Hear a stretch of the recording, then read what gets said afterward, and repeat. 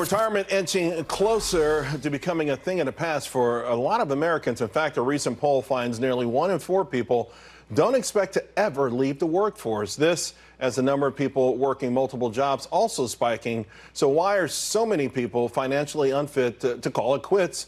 Well, it's up for debate. So it's not up for debate. Let's just put an end to that right there. American worker productivity is at an all-time high while wages have lagged and lagged and lagged. So now at least a quarter of the population will never get to retire. Sounds like a really healthy society. But because Fox Business entirely serves corporations and the wealthy, guess how they're going to spin this dire phenomenon? 23% said never. Is that worrisome for you, Donald?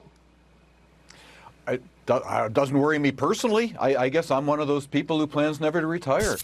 I just have to cut in for a second. Donald Luskin, the CIO of an investment consulting firm who once managed a index fund with hundreds of billions of dollars, by the way, lost a lot of it, isn't bothered personally by a quarter of our population being unable to retire. Because tell me, Donald, do you think that that quarter is working a job like yours where they can likely roll out of bed and move zeros around in their home office at their country home? Or do you think that they are likely on their feet doing manual or grueling labor? That's what you want for the grandparents of this country. That's how heartless you are. I'll let him continue though. Maybe it's less despicable. Probably not. What do people do when they retire?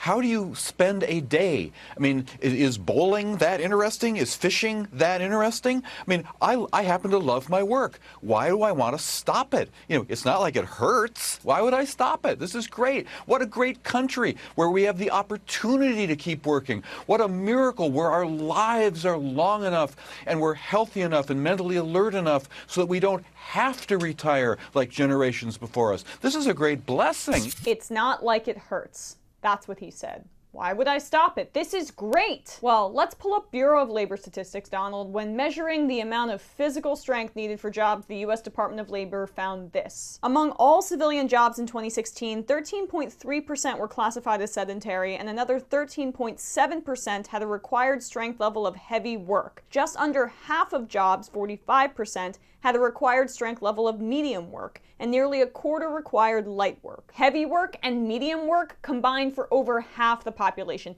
How much do you think that crosses over with wage workers, people who have to work multiple jobs, as opposed to your sedentary millionaire job that you're so lucky to love? It's not like it hurts, he said. That's because you don't do manual labor, you myopic clown. And on top of that large fraction of work being working with your hands or on your feet, an overwhelming percentage of older people are working for extremely low wages. Wages that, as I mentioned, haven't even come close to keeping up with inflation. As of September 2016, slightly more than 27% of full-time workers over 55 years old held low-wage jobs, compared with 19% of younger workers. Low-wage jobs, defined as those that pay less than 2/3 of the median wage, deliver about $539 per week in income, or annual earnings of about $28,000. That's 27% of full-time workers over 55 making less than $28,000 a year. But Donald says, it's not like it hurts. More than 9 million people over the unofficial retirement age of 65 are working today, up from about 5 million a decade ago.